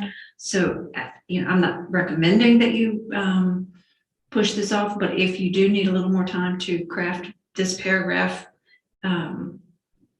perhaps the other issue could be addressed should town council so desire. Sure, if you guys just want to postpone it to February. That's fine with me. Yeah, yes, I'm seeing consensus on that, yes. Okay. Sounds good. Perfect. There is a motion on the floor that's been seconded. How do we postpone it at this point, Vivian? I feel like I just informally asked for a motion to postpone it, everybody said yes. You can table it, which I don't really recommend. You can by consensus add this to the February workshop agenda and take no action on the motion on the floor. That sounds great. That sounds good to me. Consensus to add it to February work session and take no action on the floor. All in favor of that? Aye. Fantastic. Okay, next up, second quarter financial report. Ms. Oates.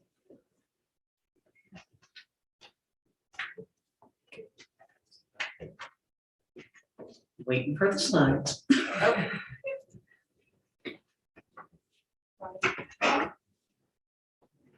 There we go. All right, this will be the report for the second quarter of fiscal 22. I'm gonna move pretty quick through this. We're gonna start with the general fund. Next slide will show our monthly inflows and outflows. And the significance I want to show you is in November and December, we collected a lot of real estate and personal property tax that were due December 5th. And just so you know that we did a report at the end of December 5th, well, December 6th. And we had collected 96% of our real estate that was billed for the period and 75% of the personal property that was billed. And the next slide shows our revenue breakdown. And again, our revenues and our expenditures were pretty much in line with the same period last year. So we brought in $3,206,245.18 in revenue. And then we go to the next slide for expenditures. In the second quarter, we spent $1,744,594.60. So that's a big significant difference between the revenue we brought in and the expenditures. You notice we have a nice big surplus in revenue. We had one in the first quarter also. So we're kind of projecting that we might have a nice surplus at the end of the year. We're going to move along to the sewer fund. Our monthly inflows and outflows. Just want to point out there, as you can see in the last quarter, December, We had the sewer billing is recorded as revenue when we bill, so that's the big increase in the revenue in that one month. Bills were billed at 534,202. That's most of that revenue. So you wouldn't see a big jump like that only when we do the billing. So let's move on to the revenue breakdown. We brought in $673,850.20 last quarter. And if you go to the expenditures, and we spent $508,910.71. Again, difference between our revenue and expenditures, we are showing a surplus of revenue at this point still. Good. And move on to the water fund. Now it's a little bit different on a inflow and outflows on the water fund. But you can see in December, again, that's the water billing of $286,054 makes up part of that revenue. But you see we have a negative expenditure outflow in December, but that is from our debt refunding credit. So that made our decrease in revenue, just expenditures for that month of $185,288, and specifically in the water fund. So that really specifically shows in the water fund because the biggest refunding was our VRA water bond, which was $3.3 million. It was the most of our refunding. If we took out the refunding credit that we got, our expenditures for the month would have been $119,326. So again, if you look at the revenue breakdown, and we brought in $351,349.50, and netting that debt service credit, we only spent $51,466. You go to the next slide on expenditures. 2023 again. Our revenue over expenditures is on the plus side. So we're gonna go to the next slide. Okay, highlights. So real estate and personal property revenue collection was up 11% from the same period last year. So if we compared what we collected in fiscal year 21 to give fiscal year 22, we actually collected 11% more revenue this year. Our water and sewer connection fees were up from the same period last year of 513%. Of course, that is mostly the Dotson development. And we recognize a reduction in our debt service expenses of $138,813 in total over the general fund, sewer fund, and water fund on that bond refinancing we did in December. And our last section will be our disbursements, accounts payable. We paid invoices totaling $1,809,738.54. And the next slide, our payroll amounted to $587,226.09, with associated payroll tax cost of $213,844.10. And thank you very much. And are there any questions? No. Any questions? Thank you. Thank you. Okay, moving forward, resolution 722, authorization of the town manager to enter an agreement with Department of Criminal Justice Service to accept grant funds. JC? Yes, good evening, Madam Mayor and Honorable Council. It's great to be here again. Thanks for having me. This was a grant from the Burn Justice Assistance Program, known as BJAG, for the Cono Beach Police Department Body Camera and Ballistic Protection Initiative. The grant funds being offered are $11,531.25. And that has to be met with a local catch match of $3,844. And so, as the name of the program alluded to, this money will be used to purchase new body cams if needed for the ones we have. Any software updates that may be needed, hardware, get a new computer. Apparently they've already gotten a cloud system that works much better, but again, it's always good to improve. And body cams, as I've heard Chief Miller talk about, are integral to the 21st century police. It protects the officers as well as the citizens.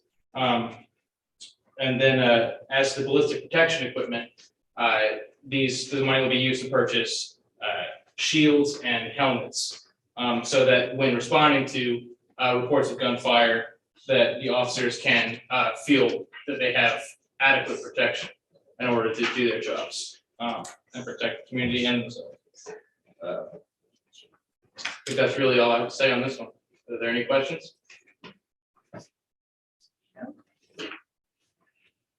Any questions from council? No, I don't think we're gonna keep the police from their money. All right. I have a motion for resolution 0722. Hey, Mayor, really Yeah. fast, India just asked me to mention on her behalf that council asked staff to find a grant for additional body cams as part of the last budget cycle. So we're happy to ask council to accept this grant and thank Jason for it.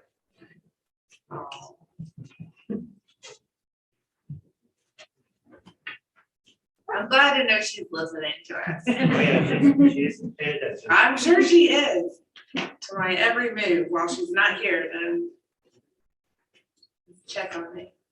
All right, is there any other questions, any other? I've got a question. I think in our bylaws, it says that we are supposed to identify where the match is coming from. Am I mistaken? For the grants? Where does it say that?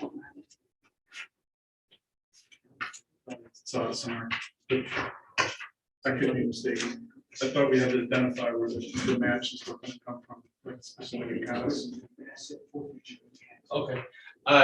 The chief just informed me that we could use asset forfeiture funding for this if. Oh, yeah, they got some stolen drug money. Check down the list. It sounds like it's gonna come from within their department funding though. Lisa, am I Lisa? Lisa?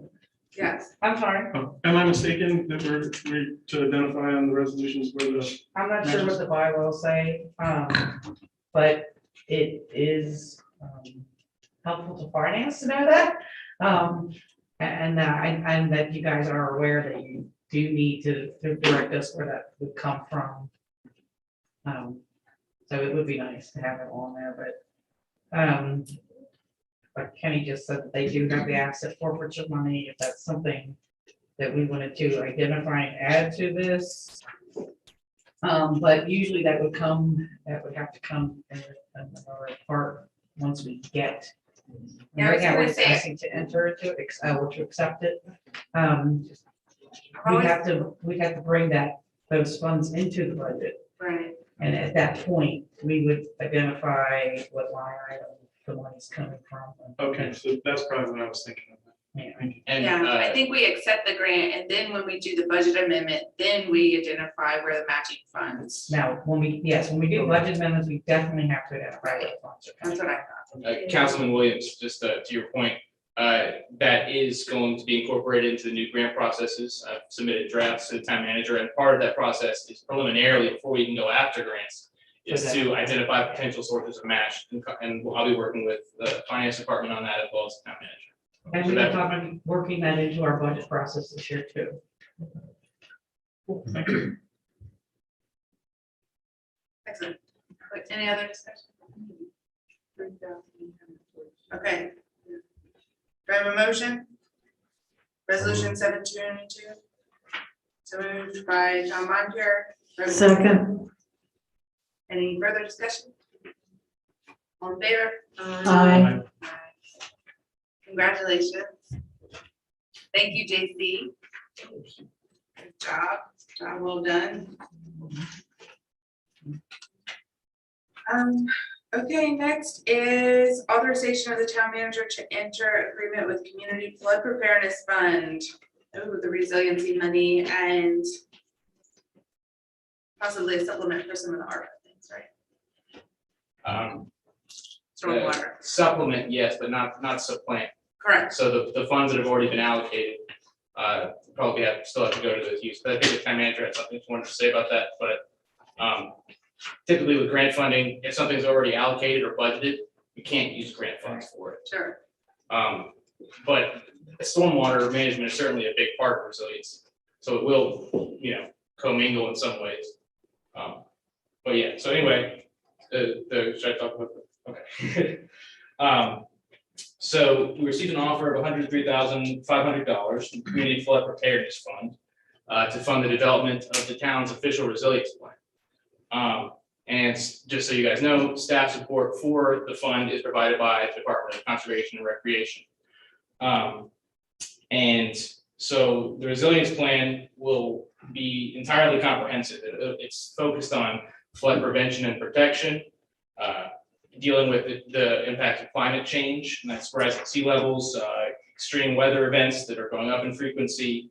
There's coastal resilience, there's floodplain management. It's referred to as sort of community scale hazard mitigation. So the local match is, again, unfortunately required to be in cash. And that would be $11,500 to go with the 103.5. And I think we all know how important resilience is to this community. We're 75% waterfront community sitting on a peninsula with what I've heard no way out when major storms happen.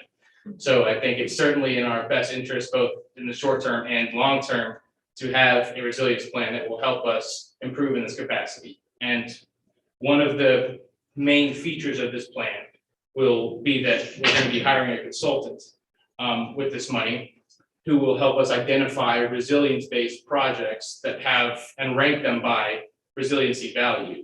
So we'll be able to see, okay, we spend our money here, we get the biggest bang for our buck. And we can sort of attack it. This is one of those things that's always going to be a problem for us. We're always going to be dealing with it. But at least now we'll have an idea of the scope of issues we're dealing with. And so we won't just have to sort of spot pick projects as grant funding becomes available. We can really go after it strategically. So at this point, I think I'm ready to open it up to questions. Mr. Ron here. At some level, we're going to need to come up with a budget line item for JC's local grant matches. I think that will be requested in the next cycle. I think we are working that into this budget. I would say Lisa's presentation right before this was well timed for you. And in terms of identifying source of local match, we have looked to use a combination of sewer and water fund revenues that are available.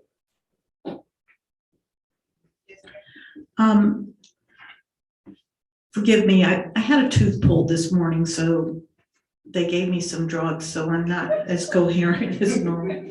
But we talked, there's another program out there that we haven't decided whether we're going to go for it or not, but it has to do with a point system for getting flood insurance reduced.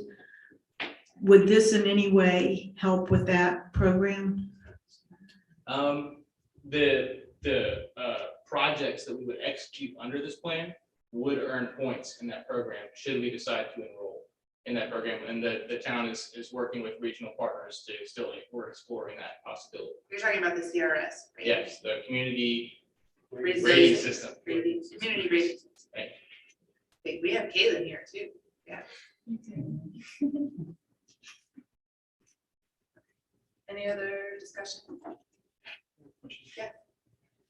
So essentially, this grant would hire like a contractor to come in and identify areas that we could improve, and possibly apply for future grants. That's sorry, what was the second one? To remediate.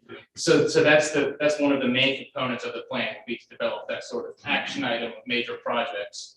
But it also includes, other things too, like there's gonna be some staff training involved, but we're getting stormwater certifications. I think we already got some of those, but higher level, so we can have a stormwater plan reviewer on staff. And just sort of help facilitate that in the future.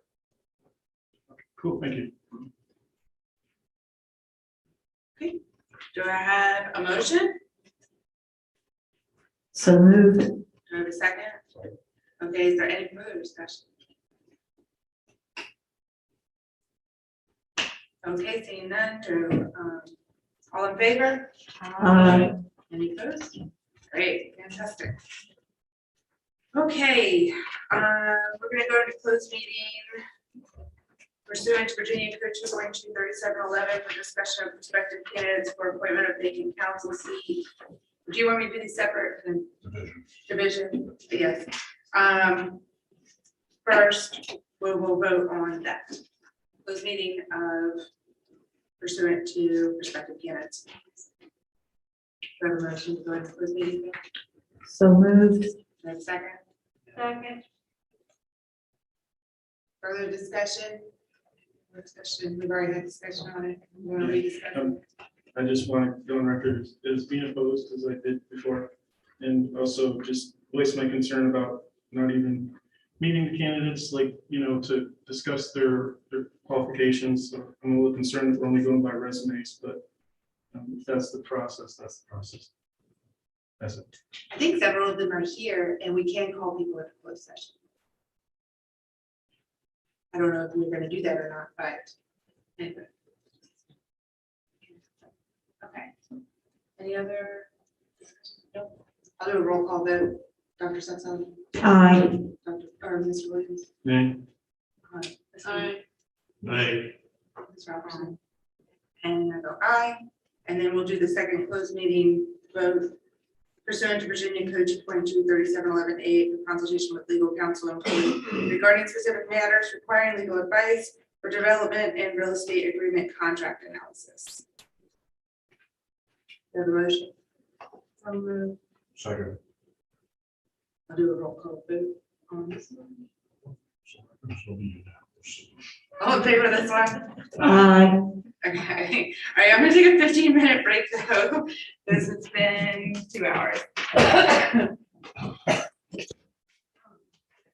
voted on that.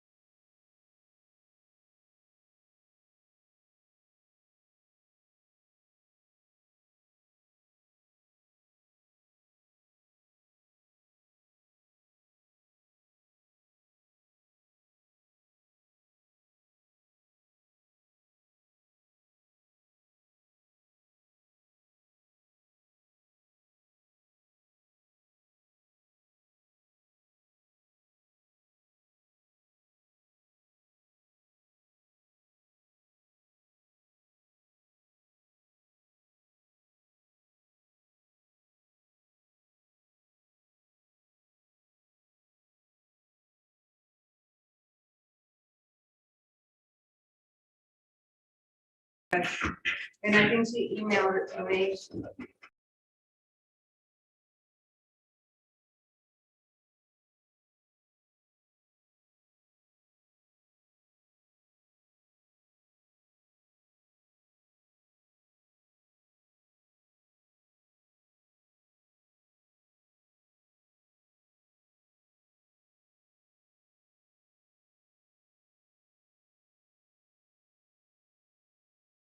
Call us back into open session. All right, wrong folder.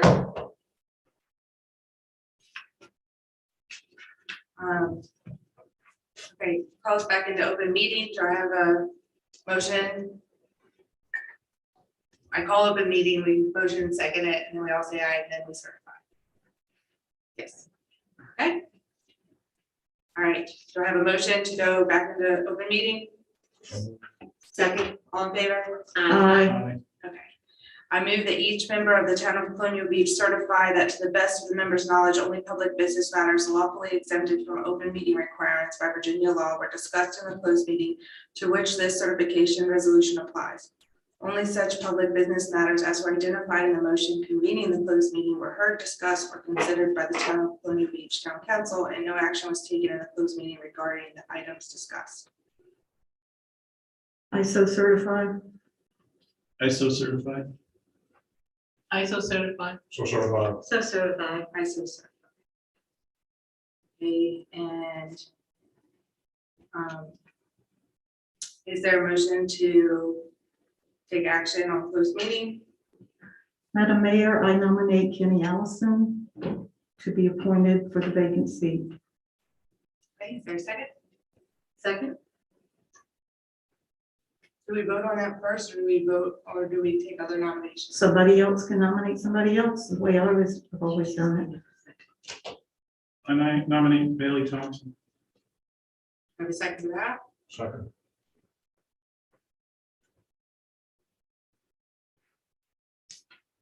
Wish we hadn't sent Vivian because we are all right. I haven't done this before with any kind of multiple options. All right, I will take a vote on Mr. Thompson. No, you vote for one or the other. Is I how you usually do pick that. one or the other. You do a roll call vote and people vote for the candidate that they want. Okay. Sounds good. All right, Dr. Sullivan. Mr. Allison, Mr. Williams. Bailey Thompson. Okay. Mr. Allison. Okay. Mr. Thompson. Okay. Mr. Allison. Okay, well.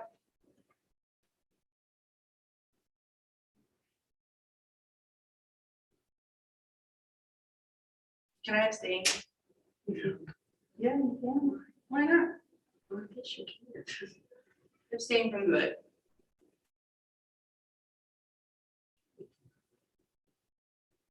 I mean, if I vote for Bailey, then the whole thing fails regardless, right? Then it's a 3-3 tie. It always fails. You can abstain. If I abstain, we have another council member. The alternative is to continue to delay this process.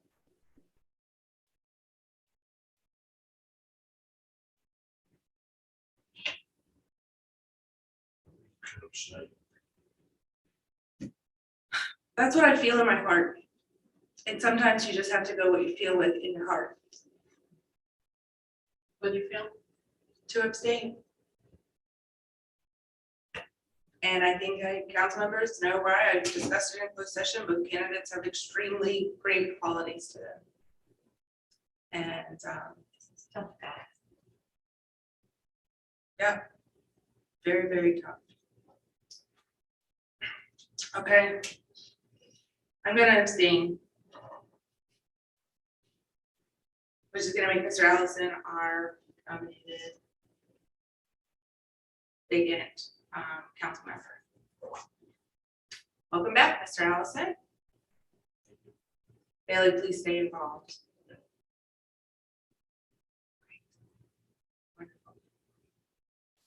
All right, is there a motion to adjourn?